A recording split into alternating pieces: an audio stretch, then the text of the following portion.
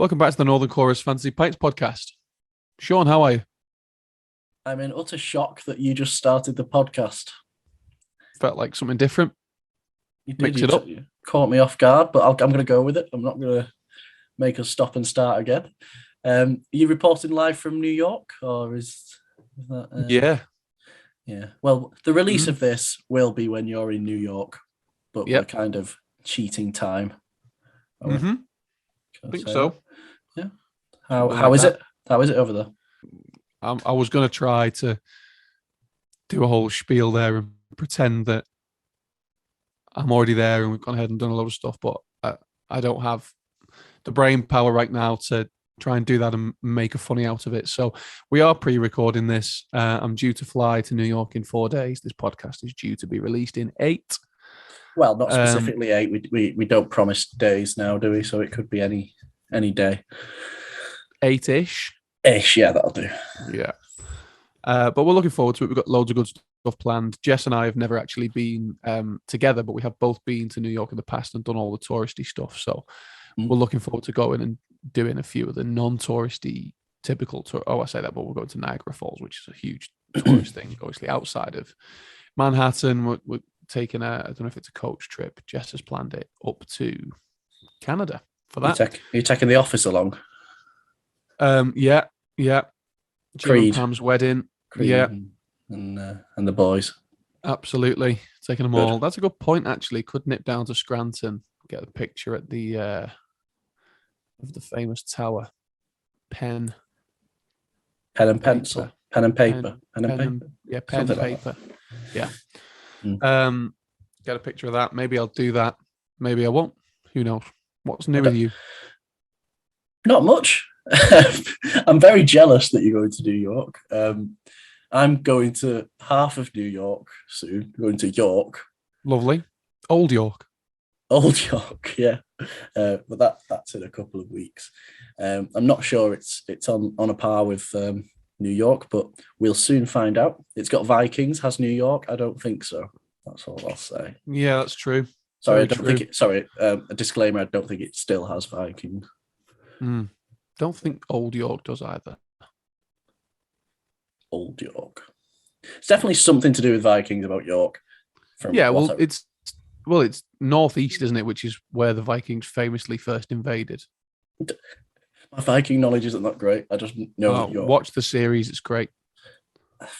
I've got too many series. Too many series above that in my list to watch. Hero, I'm afraid. So anyway, this week, consecutive weeks that you've missed. Yes. And once again, it was because you were on father duties. So, round of applause.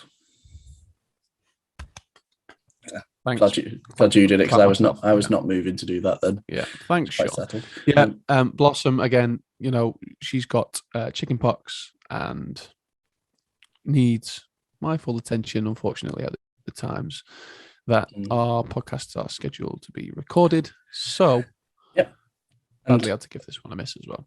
As I'm not a father, I can give our guests the full attention that they deserve and ask them silly questions about fantasy pints with musicians past or present. Did you thank her for giving you her valuable time? I didn't, but I'm sure whichever guest comes after in our next guest interview, when you're hopefully available, that you will thank them for their valuable time, as you have done. Always. So far this season. But yeah, this week it is a new music guru, I think I referred to her as. China Sam. She calls herself a new music champion, Sean. New music champion is probably the phrase I should have went for, but I never really think about what I'm going to refer to them as before I go into it. And I think I went for guru on this occasion. Better off the cuff, innit? She's part of the new music community, probably one of the leading forces in it. Got a good, strong Twitter platform where she promotes new bands and artists and provides a good sort of stepping stone for them to get their voices heard in the industry. I think there's plenty more people, of course, doing it as well, and she'll mention sort of how it became a thing for herself and what the good work they do in the industry. Lovely stuff. I'm looking forward to listening to it in edit. Shall we move forwards? Roller tapes. And joining us this week is what I would call a new music guru. Is that a good way of putting it? I don't know. Oh, I guess so. Yeah. That was just me on the spot. I don't want to big myself up, but yeah, I guess after quite a few years doing it. Someone said to me the other day, you know everything about new music. And I said, I don't know. I said, I've barely scraped the top of the iceberg. I said, if I knew everything, I think my head would explode. But I know quite a lot now, yeah. Yeah, well, there we go. We can call it a new music guru. It is Sam Shiner. How are you doing? I'm really good, thank you, Sean. How are you? Thanks for having me. I'm great, thanks. Like I was just saying, we're one man down, but we'll carry on. We'll soldier on. I think it'll be all good for this week. Good. But yeah, so I'm very much interested in your story, how your elevation on Twitter sort of became a thing. So how did it go from a normal Twitter account to now so many thousands of followers who kind of trust your judgment on music? I know it's been a crazy few years, really. So I don't really know how it started. So I've always been like a champion of going to watch support bands and checking out new bands and stuff. I didn't really know a huge number of upcoming bands and stuff. And then it kind of all started, and I don't know, there's probably I don't know how many bands, maybe 30 or something like that.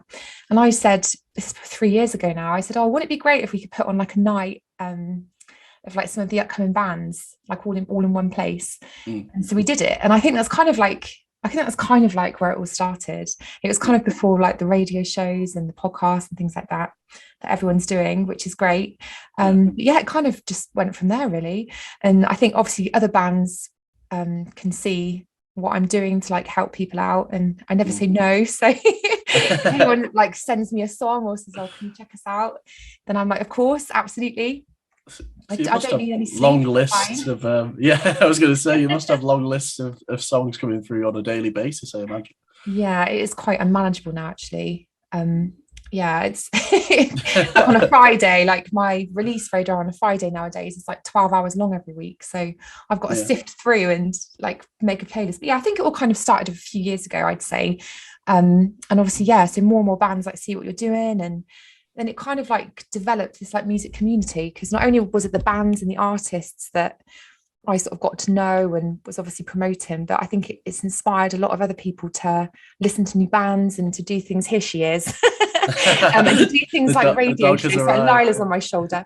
To do things like radio shows and podcasts, and I just feel it's a huge community now, which is just ever growing. So it's amazing. Yeah, and I'm really glad to be a part of it. Yeah. So where was that first gig then that you put on? Who was playing at that one? So it was at the Coventry Empire in Coventry, the old building. They've just moved to a shiny new one. But yeah, so I had bands from all over the UK. None of them were from Coventry. The bloke Dave that runs the Coventry Empire, when I first phoned him, he said I was like an excitable puppy. So basically he said, have you put on any gigs before? And I was like, no. And he's like, and what bands are you going to get on? I said, I've got one from London, one from Devon, two from Manchester, one from Wolverhampton, and one from Leeds. And he said, right, so you've never put on a gig. It's an 800 capacity venue. And even though he said none of the bands, they're all unsigned bands. And I was like, yeah. So we had the Lathums. Okay. Their first ever headline show. That's massive. I didn't realise that. Yeah. I was going to say, I'm not going to get it off the wall because I'll end up breaking it. But yes, the Lathums headlined, and we had City Lights from Wolverhampton, Callow Youth from Manchester, a band called Roadside from Devon, and a guy called Sam Rogers who is in Birmingham.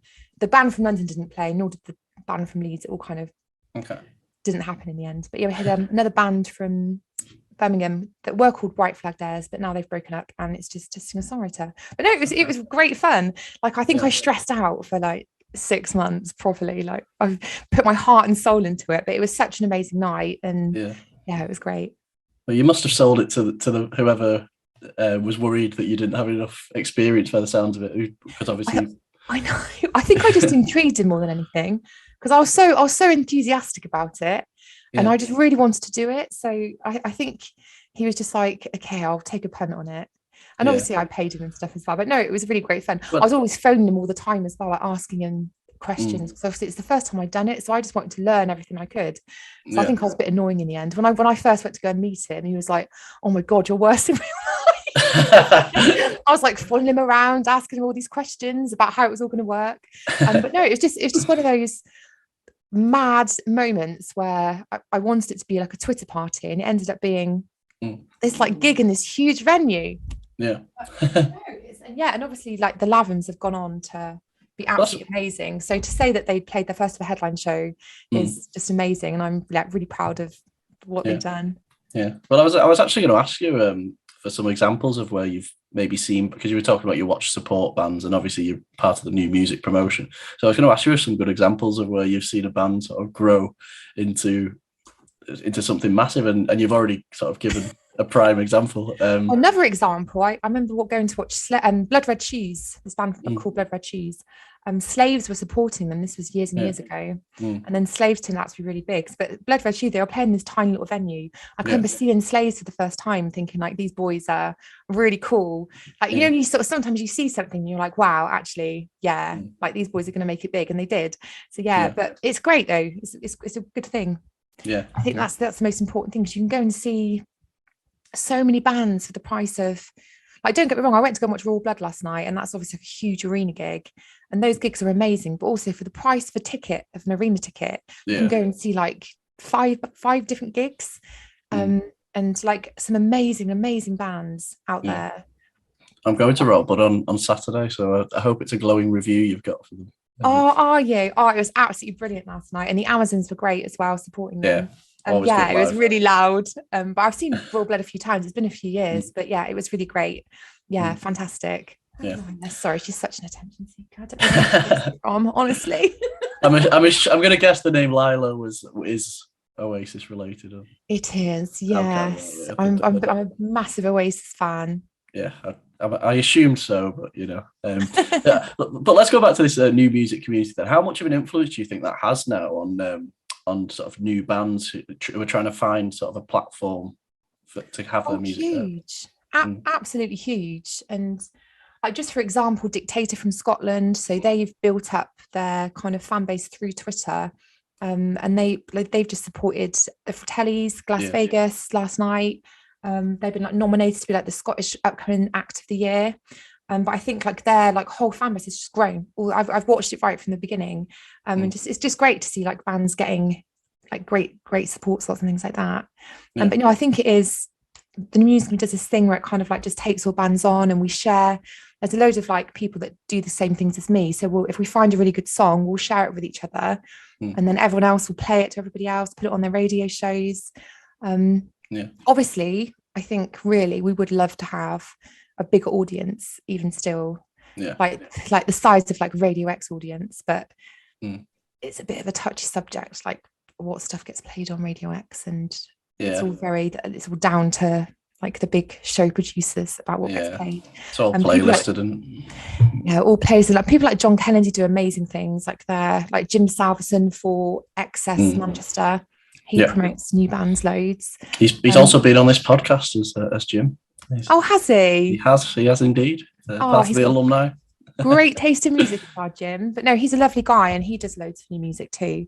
But it would be quite nice to see it a bit more like on the mainstream airways. But I do think that it is growing, like over the last couple of years, and especially like during lockdown, people had more time to like check new music out and find new bands. So even though it was a horrible time, it was kind of a bonus, I think, for people in the upcoming industry. Yeah, no, definitely. And one person it has caught the attention of, and I'd like to sort of have a background as to why. Robert Carlyle is involved, isn't he? Or do I see him crop up on Twitter quite a bit? So how did that come about? Do you know? Or did it so he got in touch. I can't remember who got in touch with first, but basically he's a huge new music fan. So he listens to so many new bands, and he basically, I can't remember who it was that he messaged, but he basically said that he really wanted to be a part of this new music community, and that he's been watching it all from like behind the scenes, and he just absolutely loves it. And sometimes he does me and my friend Dan do a show every month on a Friday called Friday Night Live, and Bobby like sponsors the show, so he gives us like £50 every month to give to people as like a Bandcamp voucher. And obviously we're always really grateful. So we always like shout him out on the show and say thank you so much to Bobby for picking. He picks some songs as well every month. So he picks 5 what we call Bobby's bangers, because he's known as Bobby as well, which sounds quite alien to everyone else. But so we know him as Bobby, and he picks like 5 songs every month, and then we play them on the show. But we always say thank you so much to Bobby for choosing the songs and for supporting the show. And he's honestly genuinely like so humble, like, no, honestly guys, thank you so much, like I'm so happy and grateful to be a part of it. And we're like, hold on a minute, this is Begbie. It's pretty mad, but because it's been quite a while now, like we've been doing the Friday Night Live show for over a year now, so it's kind of like he's like an old friend. I've invited him along to the Raz show in Edinburgh in a few weeks, because he's back in the UK now after filming for months in Slovakia. I don't know whether he's going to come, but I'd love it if he did. That would be amazing. That would be brilliant. And it's a nice little.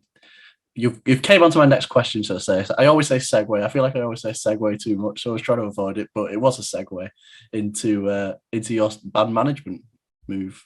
So, was that something you've always wanted to do? And what is it about the Raz that drew you to that? No, it was never something I'd ever thought of doing. So it's because I've been pushing their new album because it's absolutely amazing. That came out last May.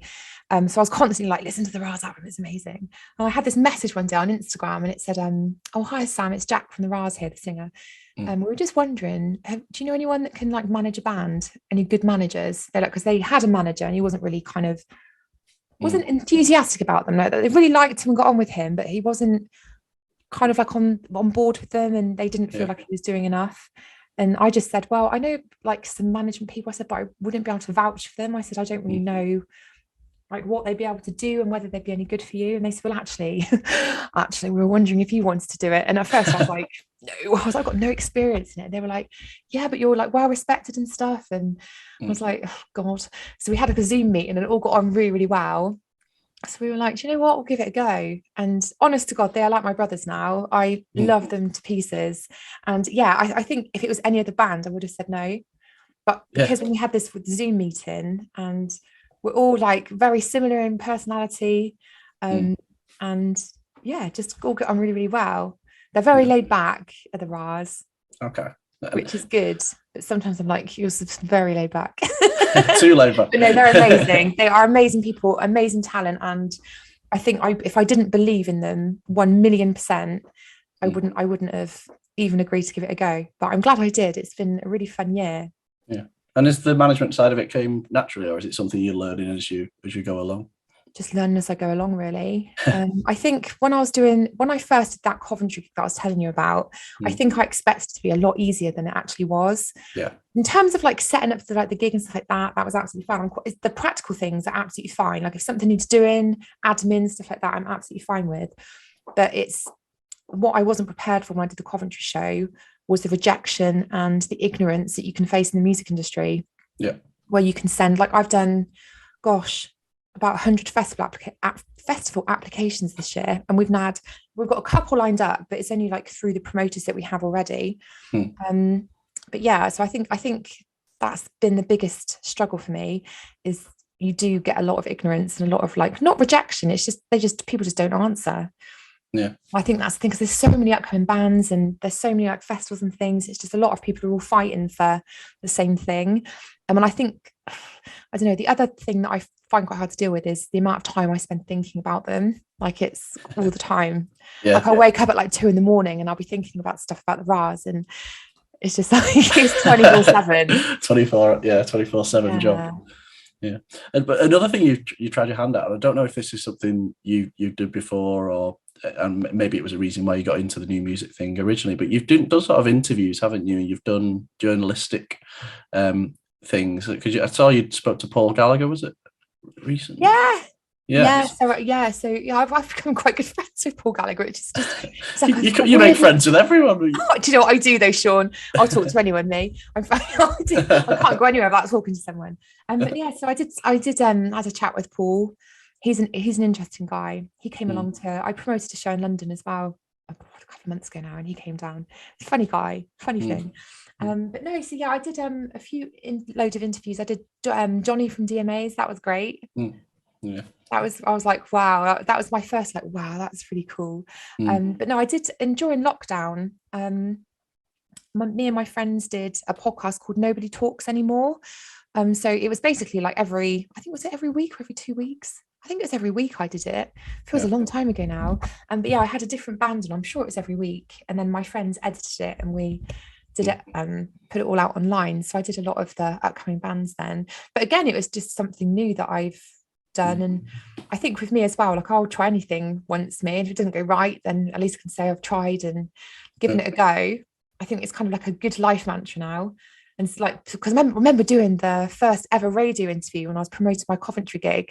I managed to get an interview on Coventry radio.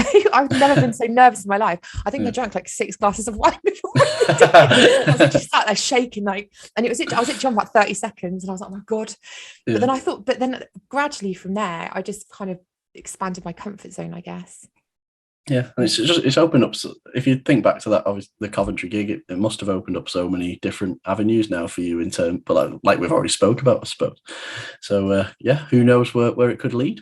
I know. Yeah. The dream is to do it full time, but it's just hard, obviously, because it's to do like freelance like promotion and stuff, like gig promotion, things like that, and there's no money in radio. So. Yeah. It must be a nightmare to juggle everything like that. Oh, it is. Yeah, it's because I got a full-time job as well. So a boring 9-to-5 job. So it's everything else is just kind of like in the evenings and at weekends and on my lunch breaks and before work. Yeah. When I'm walking the dog, things like that. So I have to cram it all in. Shows you're committed to the cause though, so it's all good. Do you know what? It's a great hobby to have, it's a great hobby. I do enjoy it. Yeah. So before we go on to the question, the theme of the podcast question, I want to ask you one thing just before we move on. So if you could change one thing about the music industry, what would you change? I think it would probably be the amount of money that artists get through streaming. Okay. I think that would probably be the biggest thing, because it's just pittance, and especially Spotify especially makes so much money. Like if they could, I don't know, like 50p a stream, something like that. But it would never change because it's all about business, isn't it, at the end of the day? But if I could, that's what I would change. Yeah, that was a good shout. I was going to ask you as well, do you think it will ever change? Do you think there could be an amount of pressure that could be put on Spotify for them to change it? But no, I think what would have to happen is there would need to be something new set up, and it would have to be so good that everyone would convert to it. But it also would rely on the fans wanting to pay more money as well, or having to pay more. It's like Bandcamp. So Bandcamp, you can like download albums and buy merch and stuff like that. But people wouldn't use it as like a streaming service because it's not as good quality as Spotify. Like I use Spotify all the time because it's just so convenient. And but I think if there's another platform that was set up, I don't think Spotify will change, but maybe if there's another platform where it was set up for the artists rather than for money, it could work. Well, fingers crossed. But so we ask all of our guests on the Fantasy Pints podcast if you could go out for a drink with any 3 musicians, past or present. So you can spend the whole evening getting to know them, picking their brains. You sat around the same table. We do add that little thing. You're all together. Who would your first choice be and why? So my first choice would be Dave Grohl. Okay. Because he's just I finished reading his autobiography a couple of months ago, and it's just the way he talks. Like I guarantee he could talk to anybody and he would make anyone feel just like welcome and loved, and like he'd really like take time to get to know you. And he just seems like the loveliest man in the music industry. So Dave Grohl, 1,000,000%. I'd love to go for a beer with Dave Grohl. Yeah, he does seem very normal, doesn't he? He's not let anything get to his head, I would say, throughout his and obviously awful news about Taylor Hawkins this week, wasn't it? So last week. Know, absolutely tragic news. And have you ever seen Foo Fighters live? I've not, and that's it. And I've obviously seen videos of them, and he's such like an integral part of the band, wasn't he? And 1,000,000%, and I've seen Foo's a couple of times, and it's just that energy. It's just I've never known a headline slot to have. You just feel the energy and the love, like it just radiates from them. And an amazing band. And when you see Raw Blood on Saturday, Benji does a really nice tribute for Taylor as well. Yeah, I've seen Really a couple. cool. Yeah, looking forward to it. Yeah, it's very sad. But yeah, the amount of so many nice stories have come out about him, haven't they? So I think it was just testament to his character, really, as a person. So who would be joining Dave Grohl?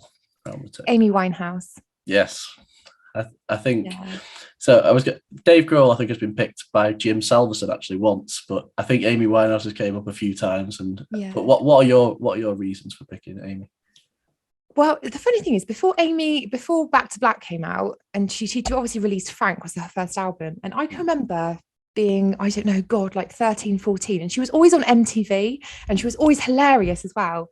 But I think for me, it's just her, just completely raw talent, and she's for me like just one of the biggest superstars, and just such a shame about what happened, because she should have been so big. And I just think it'd be really interesting to get to know her, because she kind of seemed like a bit timid and a bit shy, and I think getting her down the pub. Yeah, she didn't know how good she was. I don't think. I don't know if that's the impression she gave off or something, but I don't think she sort of knew how talented she was in a way. I think. Oh my goodness, completely. Yeah. So I think what she thought was nowhere near like what everyone else could see, which is a real shame, isn't it? Yeah. But if she could see what everyone else could see. Yeah. Have you been to the Camden pub that is famous for Amy Winehouse? Okay. No, I've not been. I love Camden though. I will now. I'm going to London on Wednesday actually. I'll see if I can find time to go. I'm going to watch Raw Blood again. Again? Well, my friend works from the ticketing company. Yeah. So he was like, "Oh, Sam, I've got a box with like free booze," and he said it took me like a second to think, who am I going to ask to come with me? So I was like, sweet, I'm booking the afternoon off work and coming down. You definitely can't say no to that. No, I know. How do you often see bands more than once on the same tour? Have you ever had instances where you've done that before? Yeah. What's your record in one tour? Oh my god! Well, I can. So the Maccabees. I was literally the Maccabees' biggest fan. Me and my brother and our friend Bailey. We followed them everywhere. Like we went to pretty much after like the second album. I think we went to about 50% of all their tour dates. And when they did their farewell shows at Ali Pali, we did it every night. Okay. How many were there? Was there of the Ali Pali shows? Pardon? How many of the Ali Pali shows were there? 3: Thursday, Friday, Saturday, and I cried at every one. So sad. But we had like different groups of friends that came with us each night, so we were holed up in this like skanky hotel, and I just stayed there for 3 days. We didn't even go out the vicinity because we got so drunk on the first night. We just ended up staying in the Wetherspoons all day Friday. Went to the gig on the Friday night. Did the same on the Saturday. But no, we had like different friends turn up for the gig. So it was, and the weird thing was it was all friends that we'd all been to like Maccabees shows with over the years. So it was almost like all these different groups of friends were turning up, and we got to like share like with by moment with like all our friends too. But I was a huge Maccabees fan, and just really sad when they broke up. Yeah, I have a sneaky feeling that in maybe the next 5 years there might be a bit of a reunion, but I don't know why. I think it'd be massive when they get back. Well, yeah, well maybe they will, because I remember bumping into Felix years ago, and I was like, are you gonna like release new music? And he said, oh yeah, I'm gonna hopefully do some stuff as like a solo artist, and he hasn't done it yet. Orlando's doing amazingly well. But I think like creatively, I think they're all quite different now. Like Orlando's music is quite experimental now. Yeah. So I think if they were to come back, it would probably be more of an experimental album rather than like X-Ray, like full-on indie guitar anthems. Yeah. But yeah, one of the best indie bands there was, 1,000,000%. Yeah, no, definitely. And who is your third and final pick then for your fantasy pints? I'm sure you can guess, as his face is behind me. It would be Liam Gallagher. Okay, yes, of course. It would be Liam Gallagher. Yes, definitely. And is it the obvious reason? Is it just because Liam Gallagher, I suppose? Is that? He's just my hero. I just love him to bits, and I think he's absolutely hilarious. So I think if I went to the pub with Liam Gallagher, I'd just be like Liam Gallagher, Amy Winehouse, and Dave Grohl sitting around a pub table. That's just my dream. Yeah. But yeah, I just love Liam. I just think he's so witty, and I just think the way that he's connected with all this younger generation of fans as well. Yeah. And he don't care, does he? don't give an F about anything. So he's just a legend. Yeah. And are you still a Noel fan as well, or is it? Oh God, yeah, absolutely love Noel. I've seen Noel just as much, like on the solo thing, just as much as I have Liam. So there's absolutely no. I love them both. I'm not gonna. I got pictures of them all around my house. Yeah, no, I love Noel and Liam equally. I'm going to ever get back together. No. Definitely no. Not even a little percent in your head thinks. No. I think the defining moment for me that I realised they weren't going to get back together again was after the Manchester bombings, because I think if Noel Gallagher was ever going to do it, then they would have got. I think they would have at least done it for that one night. And I think the fact that Noel said no to that after something so huge, I just think he must be completely adamant that it's not what he wants to do. But they're both really successful, and I like Noel's solo stuff is so good. So I'm quite happy to go and watch them both separately. It's fine. Are you going to Nebworth at all? Or? I'm not. It was weird. Like I was tempted, but then I think the whole logistics of the day was sort of put me off slightly, and I thought, but am I going to go eventually? And then it sold out straight away, didn't it? I got tickets for Saturday, but I still not got a hotel. So I booked a hotel before they went on sale, like reserved one, booked the tickets, and then 2 days later, the hotel emailed me to say, due to an admin error, we've overbooked 1,000 rooms. That happened to us at Neighbourhood Weekend. Exactly the same thing. Like the hotel had overbooked everyone. It was a nightmare. What did you do in the end? Did you find somewhere? They gave us free taxis to somewhere in Manchester, so they were just like ferrying us about to different like twin hotels and stuff like that. Oh, that's all right then. Oh, what a nightmare. But I still don't know where I'm going to sleep. That's the rock and roll part of it. I could just be wandering around Nebworth. I might just take my rucksack and like hike to London or something. But no, I'll sort it out. I've heard a rumor there's going to be like campsites popping up nearby, so hopefully jump on it. Or like me and my friends, like we've seen like bands like Stone Roses in London and stuff like that, where we've just hired a coach, like a coach with a driver, so they'll drop us off and then pick us up after. So we might do that. I think it'll definitely be one of the gigs of the year. It'll come around fast, I'm sure. But yeah, no, good choices. Thanks very much for doing this, for joining us on me. Sorry, this time on the pod. I'm too used to saying that. Before you go, what's your plans for 2022 in terms of sort of the new music, in terms of the RAs, that side of things? So we just did like a run of like 3 sold out shows, which was amazing. Like we're absolutely chuffed that they sold out. We've got Edinburgh next at this amazing venue called the Caves. It's beautiful. It's like so stunning. It's normally a wedding venue, but yes, that's the next gig. And then we've got Birmingham and Bristol towards the end of the month. We've got a couple of festivals, one on the 1st of May, one on the 7th of May. Then we've hopefully got Isle of Wight, and I think why not perhaps in July, and then autumn tour. So straight off the back of Edinburgh, we'll be announcing a bigger autumn tour with some, I think we're going to do like Liverpool, Manchester, London, Leeds, maybe Birmingham, Aberdeen and Glasgow, I think. So yeah, just all my leave and money is being spent on the RAs this year. Just like my trip to Edinburgh is costing me so much money because it's Easter weekend. So it's costing me an arm and a leg, and we're going to watch The War on Drugs on their Sunday as well. So I'm staying in Edinburgh for a couple of days. But and in terms of the new music stuff, like I've got my radio show on a Sunday, so I'll keep doing that, and my weekly playlists and everything like that. I was hoping to do like a new podcast series, but I ran out of time. I was going to say you're strained for time as it is by the sounds of it, so you do well to pick that up. But who knows? And it all sounds exciting, and you're doing a great thing for sort of the music industry, especially for new bands. So I'm sure everyone appreciates you continuing the good work. No, honestly, it's always my pleasure to do it. Like, these are the guys with the talent. I'm the one with the platform. I got the easy job, really. I hope that it makes bands' lives just even slightly easier. And I think as well, the biggest thing is just encouraging the encouragement. So I think a lot of bands like starting out, maybe they're having like a bit of self-doubt when they're sending out thousands of emails and not getting any replies. And I think this Twitter community it's just a nice place. Like, the bands feel like they're wanted and people enjoy their music, and they really, really appreciate the time that everyone gives. So it's a nice, happy place.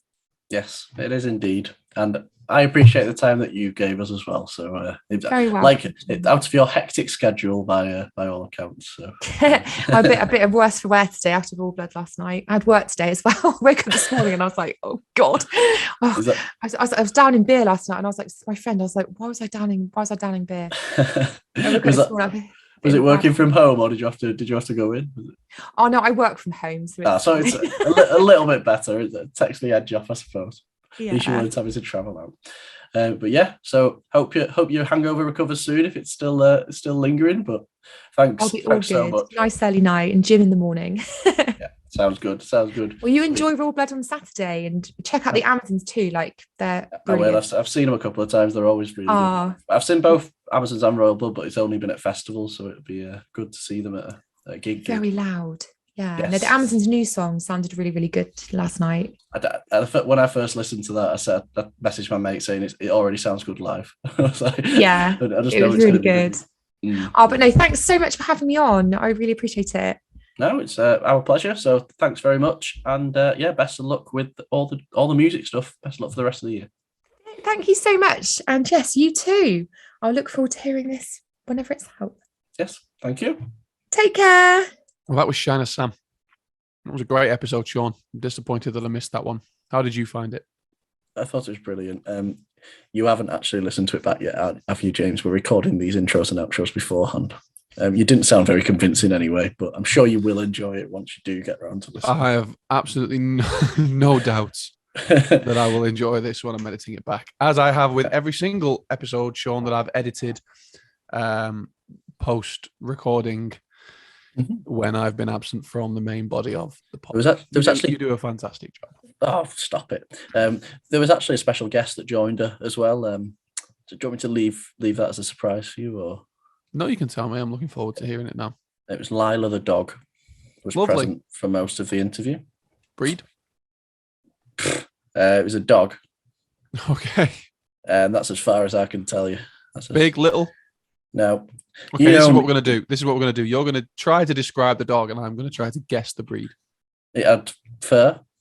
Yep. Curly, straight, short, long. Yeah. Okay. I think it was brown. Flat face or not? It had a face. Big or little? I'd say on the dog scale, it was medium. Sounds to me a lot small to medium. Sounds a lot like a cockapoo to me. Could well have been, but who knows?